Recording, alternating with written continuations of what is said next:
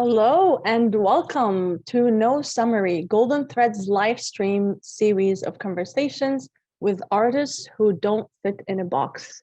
A note on Golden Thread and land acknowledgement. For those who may not know, Golden Thread is the first theater company in the US devoted to plays from and about the Middle East. Golden Thread was founded in 1996 by playwright and director Turanj Yeghazarian, and they are based in the Ramaytush Ohlone land, known colonially today as San Francisco. I'm going to introduce myself. I am a trauma-informed therapist, psychotherapist, and theater artist. And my relationship with Golden Thread is, I think, I would love to always watch plays there since it represents some of the stories that I am familiar with and that mirror me as a person coming from the Middle East. I'm going to also introduce my guests. Today, I'm delighted to welcome an exciting conversation with Drowning in Cairo's Intimacy Coordinator, Maya Herbsman, and Fight Director, Carla Pantoja. Hello, everyone. So I'm going to just provide some context about the conversation. I watched Drowning in Cairo, and it's amazing, by the way, and would highly recommend it. When I watched it, it caught my eyes. There were some moments of strong physical altercation and some moments of physical intimacy. And I wondered how the crew, actors and director, went about it. In terms of safety and in terms of consent. And I'm a theater artist myself, and as an actress, I've been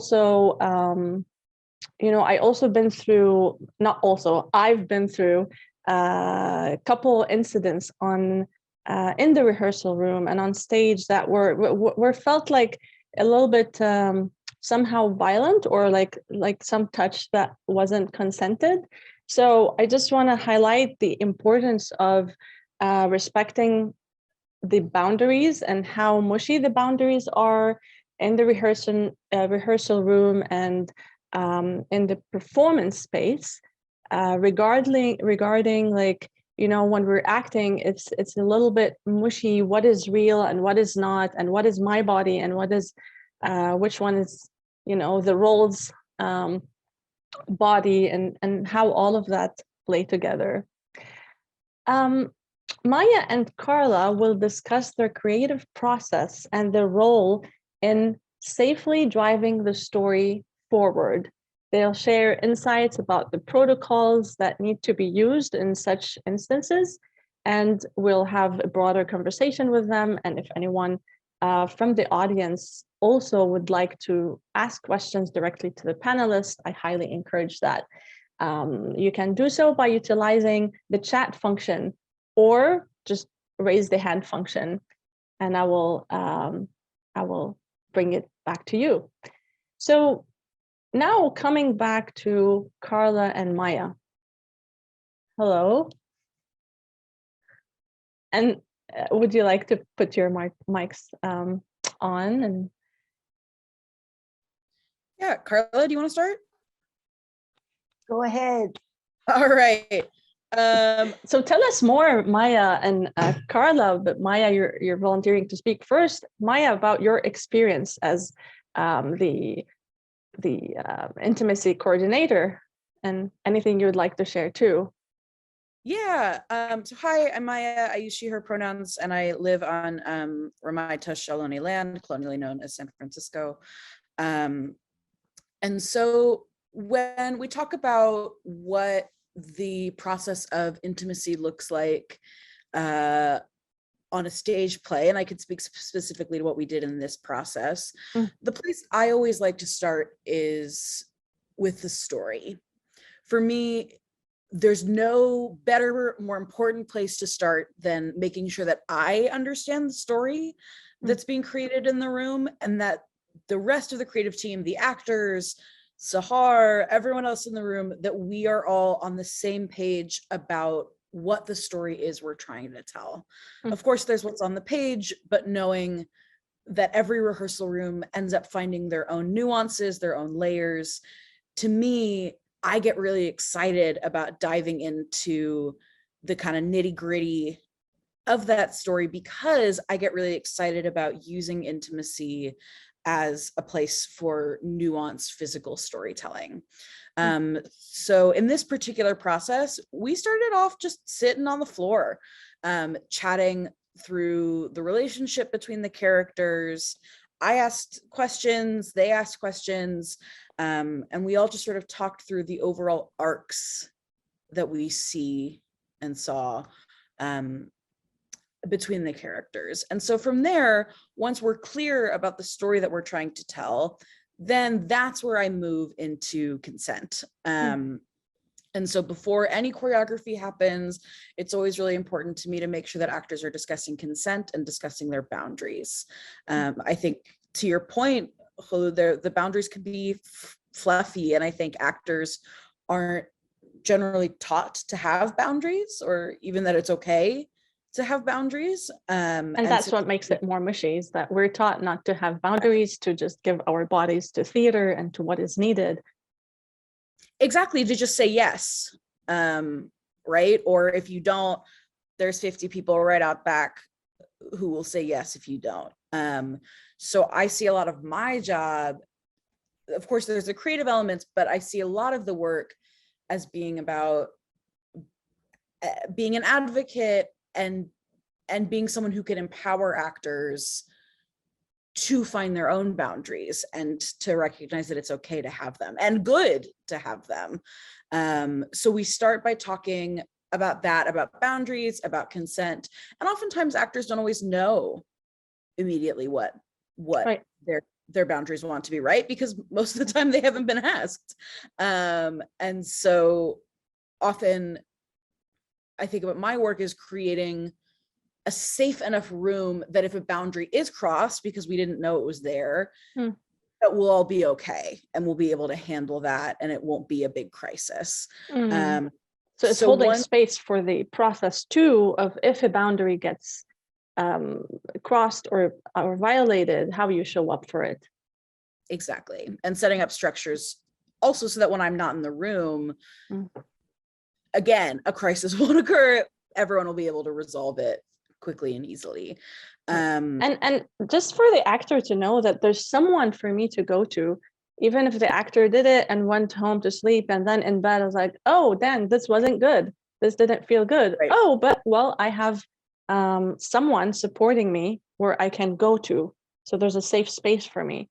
This availability that you offer as the intimacy coordinator absolutely is precious too. Thank you. Yeah, I think it's important. And so once we've talked about consent, the beauty of that, right, is then one doesn't need to ask for consent every single time, right? Because we've set up, this is what's on the table, this is what's okay. So instead of having to every time in the midst of walking, can I touch your shoulder? Can I move it slightly down? Can I adjust the angle of my hand? Right? Then we can just sort of save the time, and the actors don't need to be concerned that they're crossing the other person's boundaries. Right. And so from there, we start to get into choreography. And that's part of the work that really excites me artistically. Yeah, I wanna ask more about choreography, but I wanna go first to Carla, so that we're having a gist about intimacy and how you navigate intimacy, as well as a gist about how we navigate fights, and then we're gonna expand further to artistic means. Thank you, Maya. Carla, welcome. Hi, y'all. I am zooming in from the land of the Shasta and Takelma people, which is colonially known as Ashland, Oregon. I am normally from the Bay Area, but right now I'm at the Oregon Shakespeare Festival as a fight director. Whee!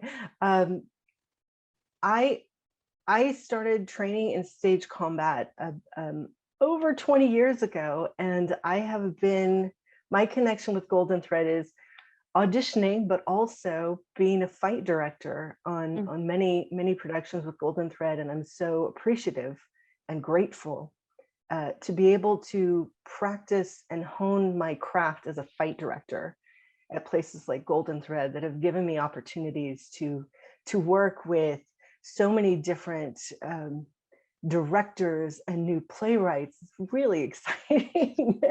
and helping to support stories that are not shared mainstream, whatever that is, which is really important to me. And how did you find your way to theater in general, from the combat world to? It was one of the trainings. I started training. This is sounding so but I started training at the Royal Academy of Dramatic Art, and I took a summer Shakespeare workshop, which was affectionately or not affectionately termed the American program. So I took that, and with that programming came stage combat, which I loved. Oh my gosh, I was like, oh my gosh, this is incredible. And I continued to train when I came back to the States, thinking that I would never use this in my life as a female actor, that I'd never get a chance to wield a sword or do any of that. And I've built a career out of that. So this was part of your training program as an actor, and then you kind of branched out from here. That is correct. Yeah, and kind of specialized and continued my training and focus. And I'm still training to this day. Everything is like an opportunity. Num. Take it all in. Working with this particular show, what I tend to do is when I come into the room, I start off with a basic stage combat workshop of tools that I think we may need. After, just like Maya, I read the script, I talk to the director, see what is the story we're trying to tell here. What are the images that you're looking for? What is the string that you want to pull in the audience as they're there? How do you want them to react to this story or this fight? And so that is all the background work. We come together, we do a kind of a mini workshop, because not everybody has the opportunity to train in stage combat. In other words, it's one of those things that I obviously feel every actor should have, because it's a way to keep yourself and your partner safe. We talk about that in stage combat, the person that you're fighting with in a scene is not your opponent. They're your partner. You're there to tell a story. It just happens to be a physical one. And so we build with some tools that I think everybody could use. And it also gets me a feel for how folks move. With unarmed work that we did in this one, unarmed being hand-to-hand combat, which is a weird way to name it, unarmed. There's no weapons involved other than words. I tend to give folks some general ideas, and then I want to talk to the actors about how they're feeling. I do ask about, are there any concerns? Things that are important for fight directors to understand, and something that helped solidify for me was working with Maya before, and working with some and training in intimacy direction, is asking folks about and holding that space for folks to have those moments of like, I don't think I want to do that particular move. Okay, we don't need to. I don't need to force an actor to do something because it looks cool or whatever. Just like Maya. That's a safety measure that unfortunately is not taken into consideration in a lot of the productions that happen worldwide and here in the US. So here you're raising a very important point. There's a consent that the actor needs to give, and it's not about just forcing like, well, this is what the role says and this is what we need to do. we can, if someone is creative, they can go around those things and make the same story pop. The longer that I've worked as a fight director, the more I encounter folks who have had personal connection with violence. And so it's about being mindful of making sure that folks, the actors, come in safe and they leave out. They come in clean, leave clean. In other words, they're safe mentally, physically. They're there to do a job and beautifully, and to be able to do it without fear. If somebody brings fear to the stage, you can't bring your whole self to the stage. You're always worried about that slap or that thing that, oh, that scene, I don't know about it. You can't get past that. Yeah. And I love how you say it's about also creativity and being mindful.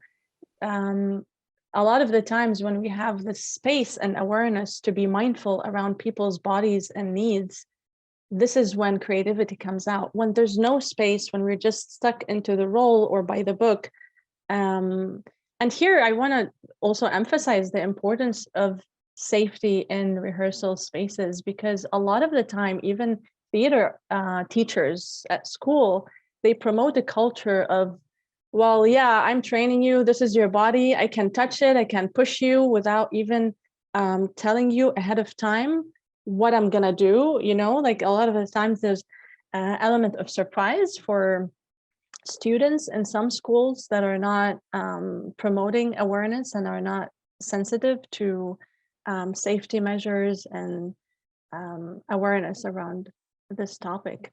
So thank you both for bringing this. And I also like, I'm thinking also about violence in general, in terms of, you know, sexual harassment or violence in different settings. And this is a setting, a specific setting that we're talking about, but it intertwines with all the ways that we show up in all the other settings, regardless if it's home or work or theater or movies. And we saw the recent shooting, unfortunately, that happened in, I forgot the name of the actor, please help me, Alec Baldwin.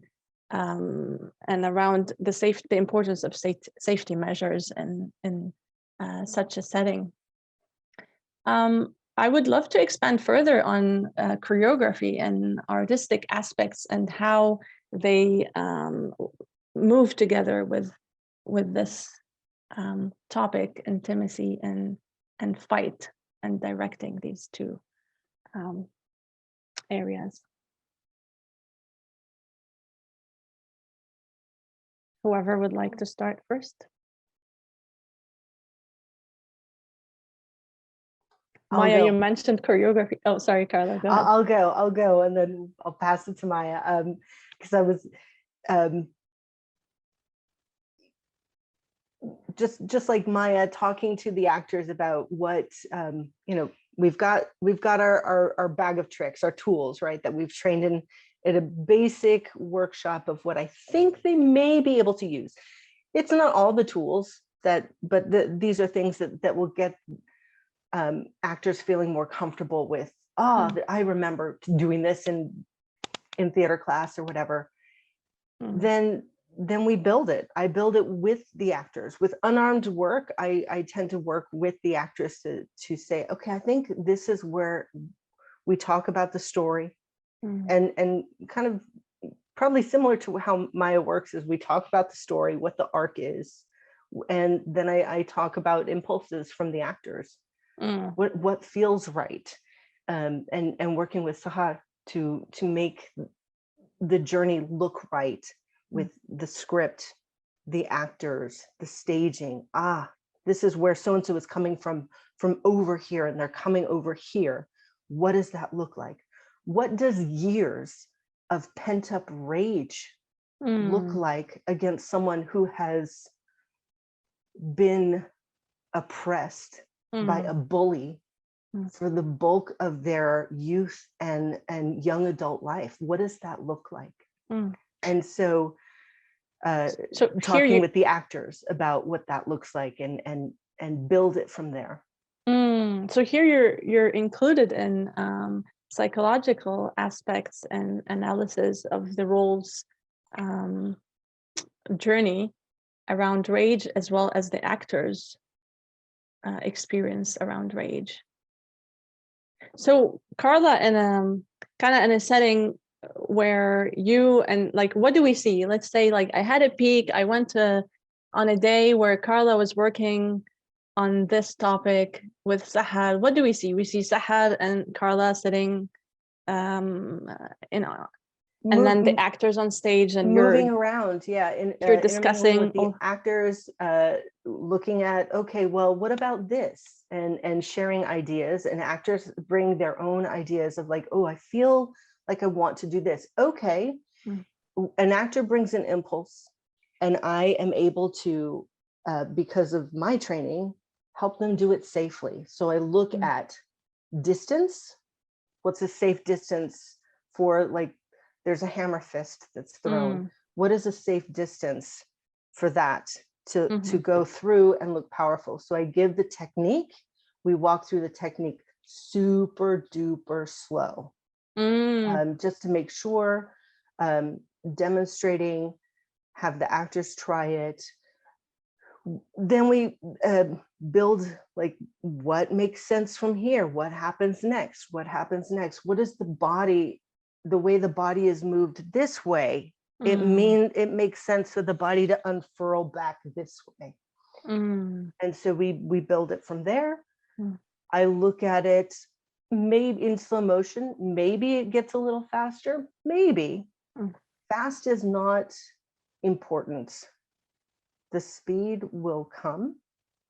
It's more about intention. Right.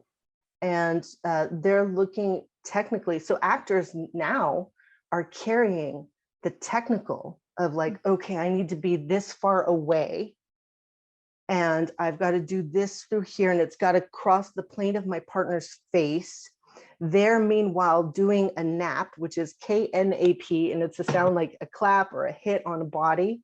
We use those in live theater to pretend that there's been a hit of contact.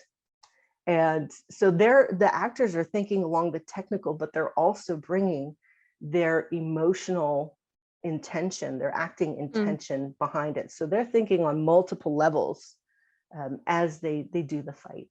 Right. So here you're talking about examining impulses, distance, slowliness, because of, we want to bring mindfulness and intentionality, safety. All of these are elements that are crucial to this exchange between you and the director and the actors. Yep. Thank you, Carla. Maya, tell us about how intimacy, and I'm wondering, actually, intimacy coordinator and fight director, why is it not like intimacy director? Why is it intimacy coordinator? Intimacy director is typically used in theater, and intimacy coordinator is typically used in film, but people kind of use them interchangeably sometimes, and that is a-okay. So I'm allowed to say, how do you direct intimacy? Is that okay? Yes, absolutely. So how do you direct intimacy in choreography? Yeah, I mean, I think in a lot of ways, my process at least begins very similarly to Carla's, and then I think we at some point kind of diverge, because as you would imagine, going in slow motion is not exactly something that would work well for a kiss or something, right? It would actually probably make it like significantly more uncomfortable than it needed to be. So at some point we definitely kind of split off, but I think we start similarly, and we start with, sorry, this dog's gonna start barking. We start with, just as Carla said, looking at the sort of psychological elements of the choreography, or of the moment rather. So in the same way that Carla talks about this sort of the years of pent up rage, I'm looking at, what does this kiss mean for these two characters? And with this show in particular, with, thinking about the environment, the world that Khalid and Moody are living in, and the significance of a kiss, and how different that would be from maybe, say, two gay men in San Francisco on Castro Street, right? That we're looking at the psychological aspects of the character, but also Context. The context, exactly, the broader cultural context, historical context. Yeah, exactly, that the intimacy is happening within. So you also get into psychological aspects and different contexts, like Carla, who were talking. Yeah, definitely. Is this their first kiss? Is one of them, have they been thinking about this for a while? Is one of them more excited than the other, right? I like to kind of get into the nuances of the story we're trying to tell, so that we can be specific. And so again, starting with story, right? And so then once we do that, then we start to figure out the practicalities. And I could not agree more with what Carla said, that I think there's always another way to tell a story. Really early in my intimacy work, I was working with two actors who had a number of kisses, of lip flip contact, and one of the actors got mono. And having to then change all of that choreography, of course, right, to prevent actors from sharing the illness, totally cracked it open for me. And I then understood that even when it seems like there has to be a kiss there has to be, it has to be, that was the moment for me where I learned that it actually doesn't have to be anything, and that there's always going to be another way to tell the story well, whether it's because of mono or because of an actor's boundary or anything else. And so, as much as we want to be respectful and mindful to stage directions, I also always sort of take the time to get a sense of, do these stage directions actually align with the actor's consent and their boundaries? And do the stage directions align with the story that's being told in this particular room? So once we have a sense of that, then we start to build the choreography. I like to build choreography really collaboratively, in the way that maybe a dance choreographer might sort of prepare all the steps and come in with something totally choreographed to then teach to the actors. I would never approach it that way, for reasons that might be obvious, right? That to me, it feels antithetical to consent, to come in and tell actors that they should do a moment of intimacy a certain way without taking their impulses and boundaries and needs into account. Big time. So it's actor-centered, it's not imposed on actors. Absolutely, it's very actor-centric, and of course always working in collaboration with the director. Sometimes Carla and I might work in collaboration, or I might work with a dance choreographer in collaboration. But so we build the choreography together, and then from there, the way I like to work is we'll build a shape, we'll try it, and then we'll see what's missing or what didn't work, or are we getting the story? Okay, that I didn't feel like I had enough time as an audience member to process what was happening, so maybe we need to lengthen that. I like to approach choreography really technically, much like Carla does. Right? How long does a certain moment last? Where are your hands going? Things like that, right? And not to say that there's not room for improvisation, there is. But I like to start from a really technical place, for a range of reasons, but I think the main one being that it keeps it consistent. It can make sure it's repeatable. And I think that can take, to Carla's point, that can take some of the weight off, right? That you're not then having to worry about how that slap's going to go or that kiss is going to go, because you have the structure in place. Right. Yeah, so that's how I approach choreography. And then I guess the last step of that is, we finish it out in the rehearsal room, and then I come back, usually during tech week, or maybe, before or after, depending on the circumstances. But I like to see it in the greater context of a run, because maybe what felt really good in my isolated rehearsal room actually doesn't totally vibe once we're on the set in Potrero stage, or maybe the design has moved in a way that we could better be supporting, or whatever it is. But I always like to come back before the show gets in front of an audience to make sure that the choreography is still feeling like it fits within the greater arc of the story. Yeah. And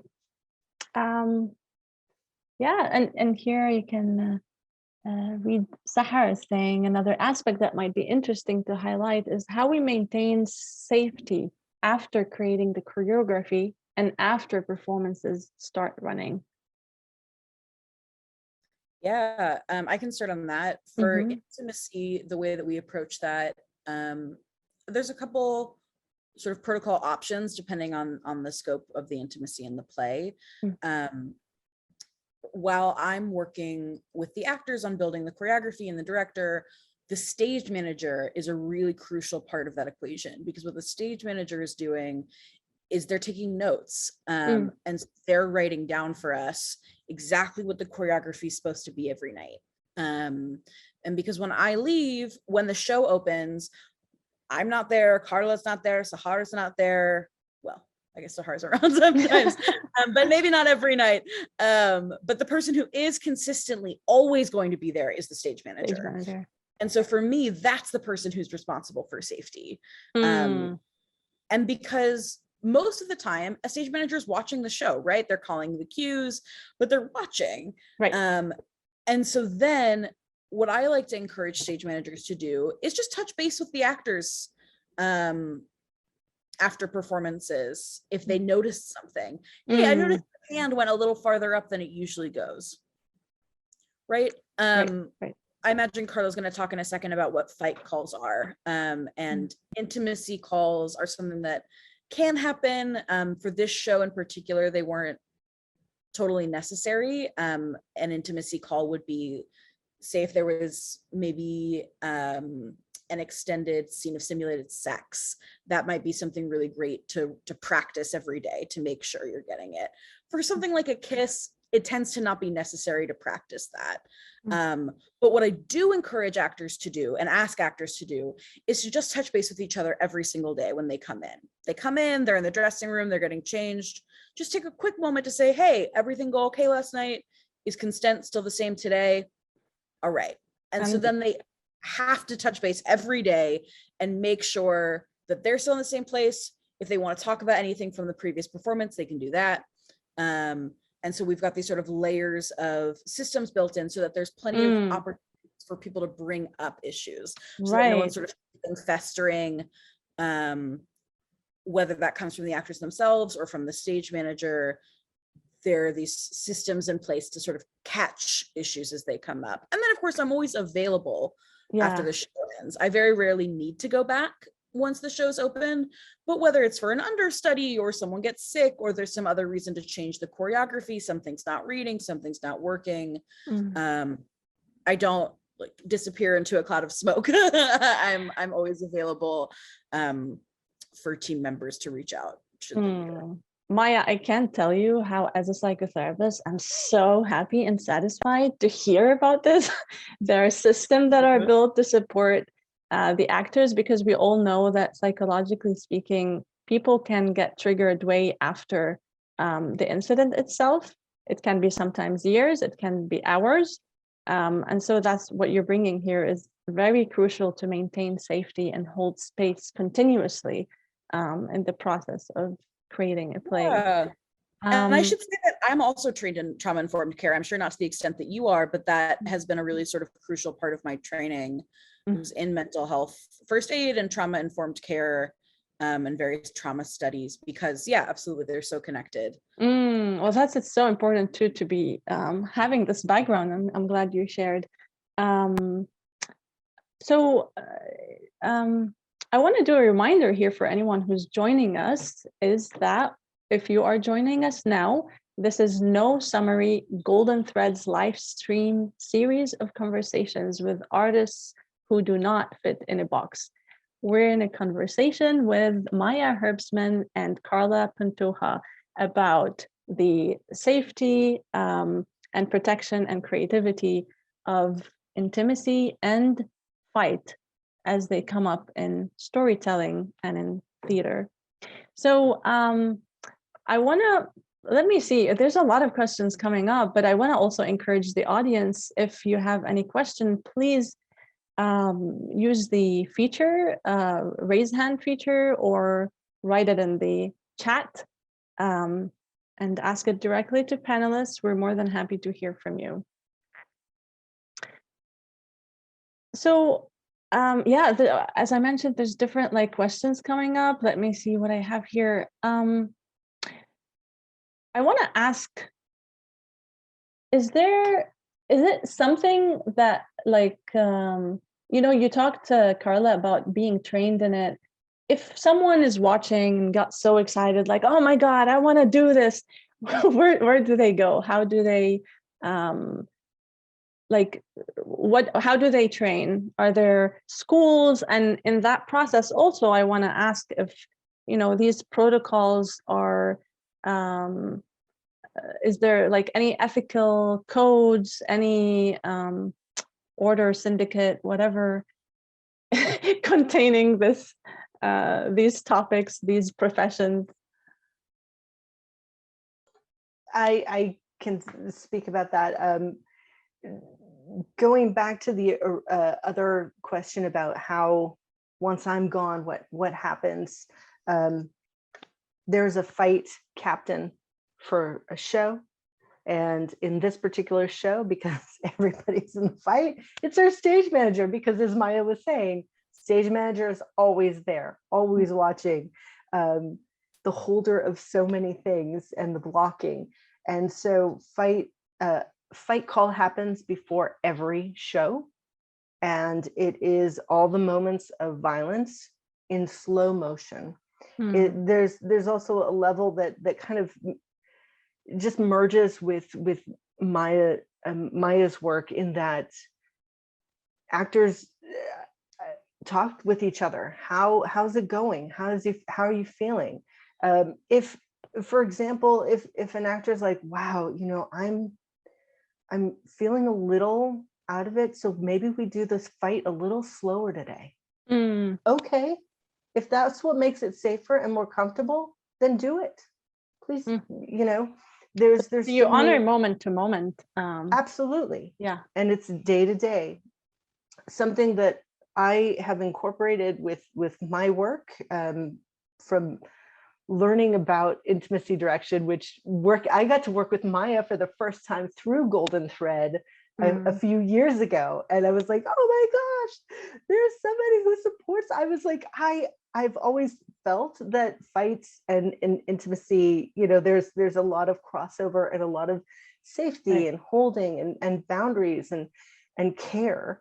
Right. And I was so excited. And not all fight directors do this. I do this, but I've added in tapping in and tapping out with actors. And it's mainly an intimacy direction thing, but being able to have eye contact, breath in, just a moment, and then a high 10, to say, okay, I'm clocking in. Now I'm working. This is we're working on this. And it's a way to physically and mentally like step into the space of, here I am, this is what we're doing. I'm here working as an actor on this character, and then tapping out. And the actors can choose to use it or not, but it's an offering. So with fight call, they can do a tap in at the beginning of the fight call, checking in, how are things going? Like, you know, maybe somebody's shoulder is acting up, so that hit will be a little slower. Okay, they're going to do the fight very, very slow. The stage manager is going to watch it. Usually I give certain like notes of, ooh, watch this slap from this point in the audience and over here, just to see, make sure that it reads that it's across the face and that it's not like, you know, happening up here or something. And then then they do it with intention, and that's it. So they've touched on those moments before. So here, Carla, you're describing what's a fight call is, like Maya suggested. Yeah, thank you. And I see, before we go to where do people train, I see a question here from Sheila. I would love to hear about process and technique of cooling down after the performance. How do actors let go of big emotions? Yeah, I can start there. I think that's one of the hardest parts of this. I think, sort of coming back to the sort of the trauma element, I think that one of the biggest things I've learned about trauma is that just because our brain knows that something's not real, it doesn't necessarily mean that our body does. And so I think that sometimes actors' bodies can feel as activated as if the thing is actually happening to them, even as much as we fully know it's not. Yeah, and here we come back to trauma, how the body carries the trauma, and it's not necessarily, sometimes people don't remember what trauma happened, but their body remembers. Exactly. And so we're not just talking about sort of like, releasing after a performance. We're also talking about this very real process of sort of calming the body down. And so what every actor is different. There's no perfect methodology to this. But what I see as my job is just to give actors tools, and hopefully some work. And if they don't, then great, come back to me and I'll see what else I can come up with, and I'll ask colleagues and see what else we can figure out. But the sort of the place that I usually start is I encourage actors to build rituals for themselves, both with a scene partner and alone. So I'll use myself as an example. I, early in my intimacy career, was finding that I was sort of bringing it home with me, which is, I think, a lot of what Sheila's talking about here, with letting go of big emotions. I was bringing home the actors' emotions that I was working with, the play. It was all coming back in my car with me. And I realized pretty quickly that was becoming a really big inhibitor, being able to do the work. And so what I've built for myself is little rituals that I use to kind of bring myself into the space and bring myself out. I wear rings. And so for me, it's really helpful to have something physical. So when I put on the ring, I am an intimacy director. I'm there, I'm focused. And when I take it off, it's just me. Here, Maya, you're talking about the provider's way to take care of themselves when they're providing for others. Because this can lead to compassion fatigue for a lot of providers when they don't bring awareness to how they're carrying the people's energies. Absolutely. And I think that can apply to actors too, right? And so, I use the rings, that's a physical thing. I use music. I always like to sort of like sing and dance in my car on the way home to kind of get some of the energy out. I have colleagues that run. That's not for incense. Me. We all have, incense, sage, whatever, right? We all have our different strategies. And so what I try and talk to actors about is about finding that strategy that works for them, so that when they come home at the end of a performance, they're not just letting themselves sort of come off of the adrenaline and then just kind of go home and lie in bed, right? That they're actually being thoughtful around taking the time to whatever it is. I invite actors who physical things are helpful. Maybe there's something on your costume that can work, or maybe you can, sneak a little something somewhere that we won't see on the costumes, right? For some people, it's about scent. For some people, having like an essential oil fragrance to smell after can sort of help break them out. And here you're talking about actors, but I want to invite the audience to also incorporate that in their daily life, because here we're talking specifically because the setting happens to be about theater, but in terms of self-care, we really need to kind of set boundaries. And these boundaries can be set physically through a ritual or through incense, through anything that represents our boundary. Like, okay, my intention of setting boundary is to wash my hands, for example, between one show and another, or like one client and another. Or I remember between clients, sometimes when I used to work in the office, there's a sand tray, and then I would just put my hands on the sand, and it just feels so grounding and brings me back to myself.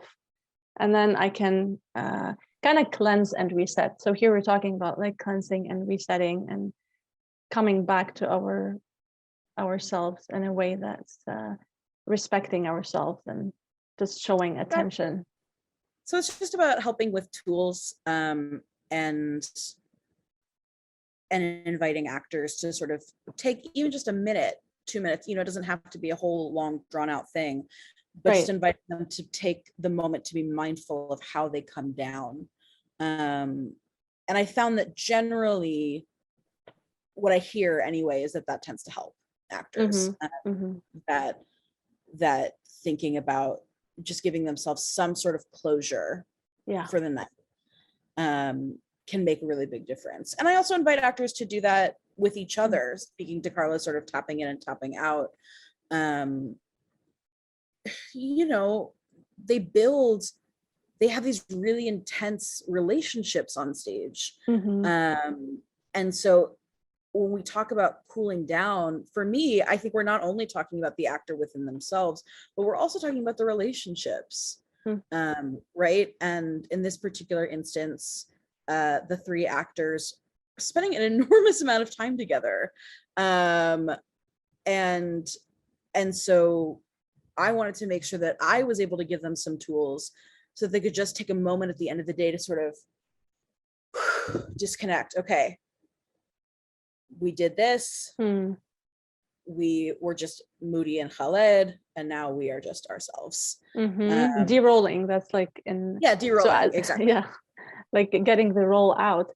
And here, are you also talking about what Sahar has said in the chat, setting up a ritual with, and for the actors, they both taught actors kind of ritualistic check-ins. Love that, and it's been working for us. Cairo team. So these are the check-ins that are afterwards, or there's also check-ins before? Usually on both sides. So the sort of like basic tap-in that I think probably Carla and I both use, or at least bookmarking. I won't speak for Carla, is that, okay, cool. That I'll give, if Carla and I are tapping in, when we come in at the start of the day, maybe we'll check in, we'll maybe face each other, take a nice deep breath together. We'll make eye contact and give us a little high five, high 10. And that means, okay, we're starting our work session. And then at the end of the day, after a show, after a rehearsal, when we're sort of clocking out, so to speak, for the night, then we'll all just have them do the same thing. Again, deep breath. And another high five.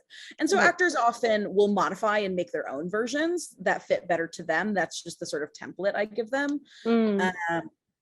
But exactly, bookmarking it so that you sort of, the body has a way to recognize, okay, we're stepping into one thing and now we're stepping leaving the other. Yeah, great. Maya, thank you so much. Carla, I want to ask you about how to maintain, I'm not sure if, during your experience working on improvisation, how do you maintain safety and protection while actors are improvising and not rehearsing a script? I'm asking this because what comes up for me now is, or I thought about it before presenting this, I was like, oh, I want to ask this question because what happened to me as an actress one time is we were improvising, and the improvisation was about like, okay, now you have to kind of, as roles, pick on each other. And it kind of turned out into a kind of like a physical violence. And I couldn't stop it because I was interpreted that I was saying stop in the role. And they didn't know that it's me, Kholoud, saying stop. So that was like really hard. I was triggered. I was like feeling very unsafe and I wanted this to stop. and just it couldn't, until, you know, damage has happened, and then afterwards I talked about it, and it was really, really damaging. So how do you maintain a container during improvisation? First of all, I am so sorry that that happened to you. Yeah, thank you. Thank you. I have to say, as a fight director, as I was talking about, the longer I've gone as a fight director, the more I encounter folks who have had personal physical connection with violence, or personal connection with violence. And that is the story. And I hear folks come to me and they tell me some of their theatrical horror stories. And I know that folks tell Maya their theatrical there are horror stories out and, there. And yes, mine is just one. I know. Yeah. And it makes me sad. It makes me angry that there's a lot of misunderstanding around what it is that we do, or what that anyone can do it at any time. For stage combat, I don't do improv stage combat. That is a recipe for injury and trauma and harm. Now, if I were, for example, invited to a troupe that does improv together a lot, I would take the group through some basics of stage combat and talk about how we do cues. Because you don't just, even with the actors here in Drowning in Cairo, there are techniques to let their partners know, even though the choreography is set, there are techniques to let their partners know, hey, this is coming. Because sometimes when we're doing shows, when you're doing 2 shows a day, 7 days a week, 6 days a week, double show days, sometimes choreography, just like everything else, you're like, wait, didn't we just do this? Oh yeah, that was the matinee. This is the evening performance. That's right, I'm getting slapped here again. So we build in cues and eye contact to make sure that we're on, meaning the actors doing this story, doing this scene, are on the same page. So I personally would never advocate for folks to just improv violence without any kind of context or training or trust built with each other. As I say, the only way that I would maybe think about it is training specifically with a group that works with each other and knows how to cue each other, has a sense of trust, is able to build those containers, very similar to what Maya was talking about, is like, hey, let's talk about this before. Maybe we practice how are we cueing this? Okay, great. But yeah, that's not how I would go about it. Even when I work with someone else who is trained in stage combat, say we're building a fight, and I'm working with somebody who is incredibly trained with it, we work super slow and we talk it out. And we indicate, oh, well, if you do this, then I want to do this. Okay. It's not improv. Here, Carla, the difference, what I'm hearing is that in the play that I was rehearsing or improvising, the priority of the director was, and the actors and the culture of the crew was, okay, that's a priority, is to do this and to arrive to a point in the script where we kind of creation and all of that. And here you're talking about, no, the priority is us and showing up fully as us with our boundaries and safety measures. And then comes the rest, which I totally salute and advocate for too. In the theater, where boundaries, again, can be so mushy. and the no can be heard as, oh, that's the role, or that's the just whatever is coming up in the improv. So thank you, Carla, for bringing this to our attention. Maya, I have a question for you. When I was watching Drowning in Cairo, there was an intimate scene behind the stage, backstage, so where we can hear the voices of the actors as if they're supposed to be having sex, the roles supposed to be having sex. And I want to hear more about that. How do you work when the intimacy is happening backstage? Yeah, I'm laughing because this is one of the weirder parts of my job. But I get really excited actually about building soundscapes. Actors who have worked with me as an intimacy professional will know that I have a lot of strong feelings about soundscapes and intimacy, because I think it can make such a big difference in believability. Like I've been to plays where I go and performers are kissing on stage and it's silent. And I think it's so confusing. Because then I start to think about the story of why they're so quiet, why I'm not even hearing any breath. So to me, sound or absence of sound is actually a really key part of intimacy, in helping I should say, clarify, an intimacy that is trying to be someone in the world of being realistic, right? There's abstract intimacy, sound is a different thing there, but an intimacy that is intending to feel like real life, I think that sound is a really big part of it. So in terms of the process of how that works, sound is one of the places that I find that actors tend to be the most, I don't know if uncomfortable is the right word, but maybe it is, perhaps unsure. I think that, and I think the reason for that is because I think the natural tendency is to feel like they have to make sounds that they themselves have made or would make. And so for me, a lot of my work is encouraging them to think in the exact opposite direction. You're not trying to recreate how you sound in your private life. We're trying to figure out how these characters would sound. And I think that can take the weight off a lot when they're not feeling like they're having to perform this really intimate thing, that they're just performing somebody else. Right. And Maya, I'm just noticing the time. I can't believe it's already been an hour.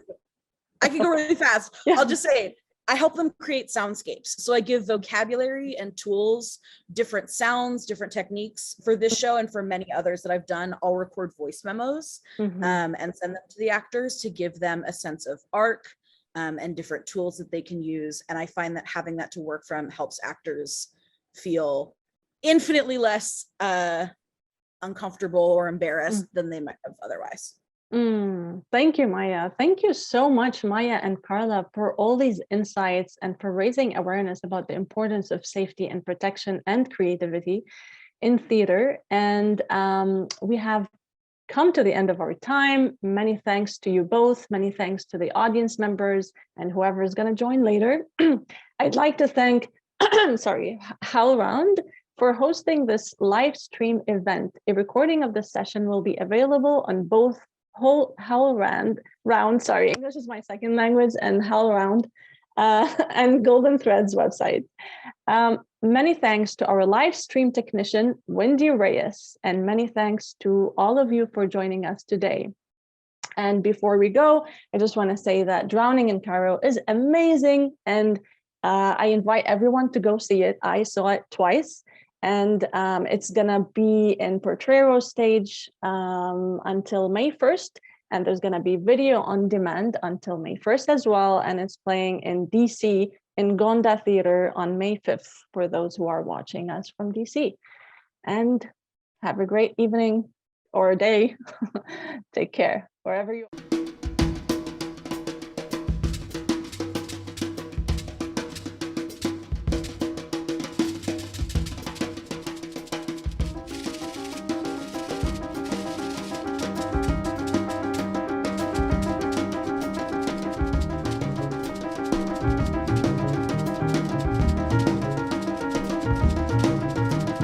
little